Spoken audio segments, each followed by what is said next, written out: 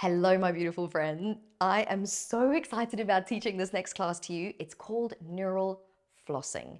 Now, neural flossing is very geeky. I've explained it to you guys on some of the videos we've done. You've got the nerves in your brain, they go down your spinal cord, and then they branch out into the arms, the legs, and around the organs. And what we can do is actually isolate the body in little shapes where we gently pull on one of the nerves, or we gently pull on the brain that leads to one of those nerves. And what that does is it helps to make it glide in its connective tissue, which makes that nerve perform better. And this is useful. Think about it. If you're going to get into splits and there's a bit of neural tension, maybe that's the reason you're blocked, not because you have some kind of muscular tightness. So let's try this out, shall we? So the first thing we're going to do is something called the femoral nerve floss. I'm going to be using my trusty chair. I'm quite small, so a low chair will work very well for me. If you're a little taller, I highly recommend an office chair where you can adjust the height of the seat. It's also a little bit of a balance challenge, so be near a wall, be near a chair, something you can hold on to. You're going to position your right knee on the seat and the right foot on the back of the chair. Very important to lengthen the lower back, so we're pulling on those nerves. And immediately I can feel a pull in the front of the thigh. Now that is partly nerves, partly muscle tissue. Let's isolate the nerve by bending forwards through the left knee. And this is the most important part. I want you to imagine a ball underneath your sternum, and you're going to round gently over that ball without leaning forwards. So it's like the ball is here and you're just curving your upper back. Chin is on the chest. We're going to rotate towards the left, and you'll feel that pull across the front. And then we're going to rotate the spine back to neutral. We're just going to keep repeating this rotation.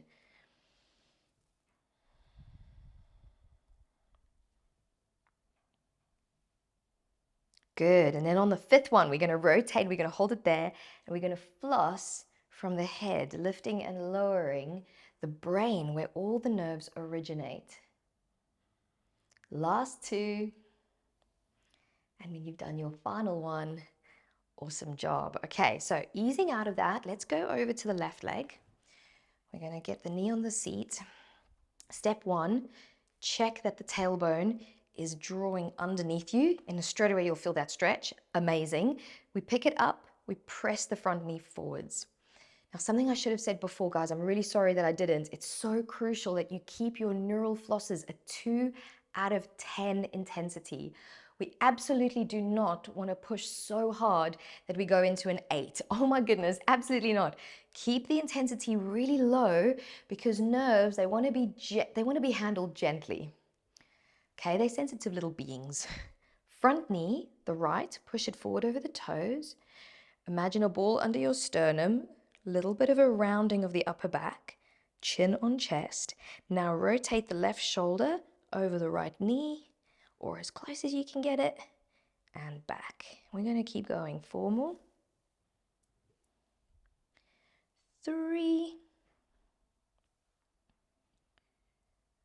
2, and 1. And then when you get to the 5th one and you're holding the rotation to the right, now the head begins to move up and down. 5, 4, 3, 2, and 1. Amazing, amazing work. Bring yourself all the way back up. Stand tall and feel strong. All right, let's continue. So that was a little bit of the front of the thigh. We actually have another one for the front of the thigh called the saphenous nerve. So right foot's going to go forwards, left leg's going to go back, and it's on a 45-degree angle. And we're actually going to collapse the front foot. So it's like the inner arch is dropping down, front knee goes forward, the ball that's underneath your sternum hits come back, and you're rounding over it. And I call this the lazy/sad warrior, because it's a bit sad as it curls forwards. Again, with that upper back, rotating over the right knee. Then maintain the rotation on the 5th repetition over the right leg and move the head up and down.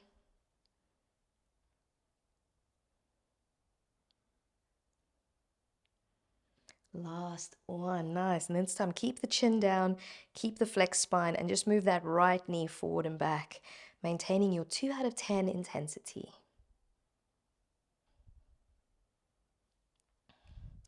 Absolutely beautiful. Let's do Saphenous now on the right leg. Lazy sad warrior, nice and floppy. Inner arch, collapsing down. Rounded upper back, chin on chest. First, get to your 2 out of 10 intensity. Start to rotate the right shoulder forward and back to neutral.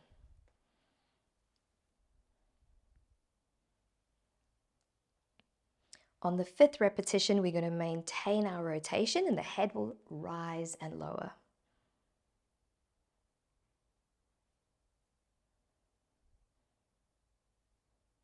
When you've done the last one, we're then going to keep the chin down and the left knee is going to go forward and back.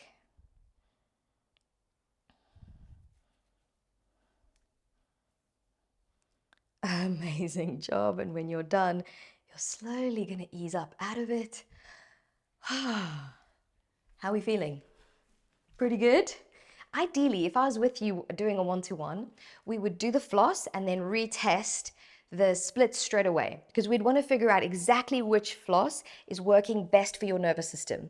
For the sake of time, I've grouped them up, but please, if you have got a chance to do what I'm saying, it's so worth it because your body definitely responds extremely, extremely well when we figure out the exact right dose/exercise that works for you.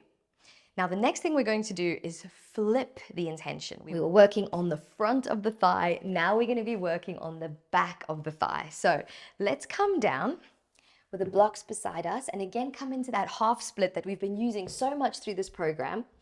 And the first thing that we're going to do is, so we're working Saphenous and Femoral at the front. Now we're flipping to Sciatic, but Sciatic has 3 branches and that depends on the shape of the foot. So what we're going to do is we're going to create a long tailbone, but a flexed upper back.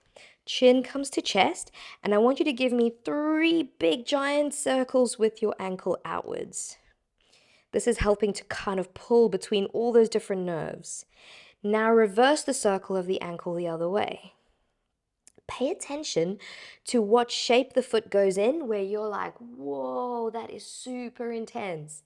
And when you've done the 3rd and final circle, keep the toes in that shape. So for me, it's straight up through the center. Now bring your mind into the knee and do a little bend and stretch. On the 5th repetition, maintain the length of your knee as much as you can. And let's start to bend our arms in, increasing the flexion of our spine and the distance of the, and bringing our chest a little closer towards the front leg. Amazing. Beautifully done. Drag that leg back. We're now going to do the sciatic branches on the left leg. You're in your half splits. Now, remember, you want a long tailbone, a flexed upper back. Those 2 things can sometimes be hard to isolate, so just do your best. Even if you just go for a long spine with a chin down, you're already going to get some good stuff happening. Begin with your 3 circles inwards.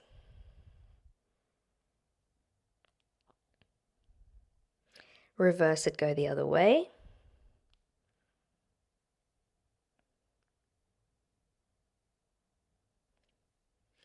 And then when you've done the 3rd repetition and you found, oh, when my foot's in this shape, that's the one for me, then keep your foot in that shape and let's take our attention to the knee with a little bend and stretch. With the 5th repetition, keep the leg long and now bend and stretch the elbows, bringing the body closer towards the top leg.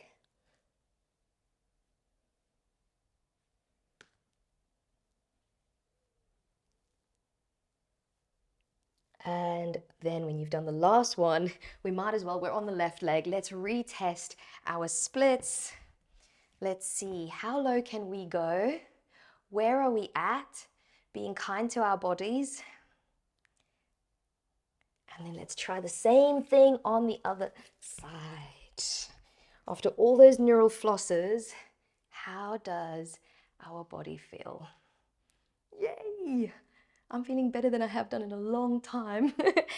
I sincerely hope you are as well. Thank you so much for being here with me. Let me know how neural flosses helped your body down below. I'll see you soon.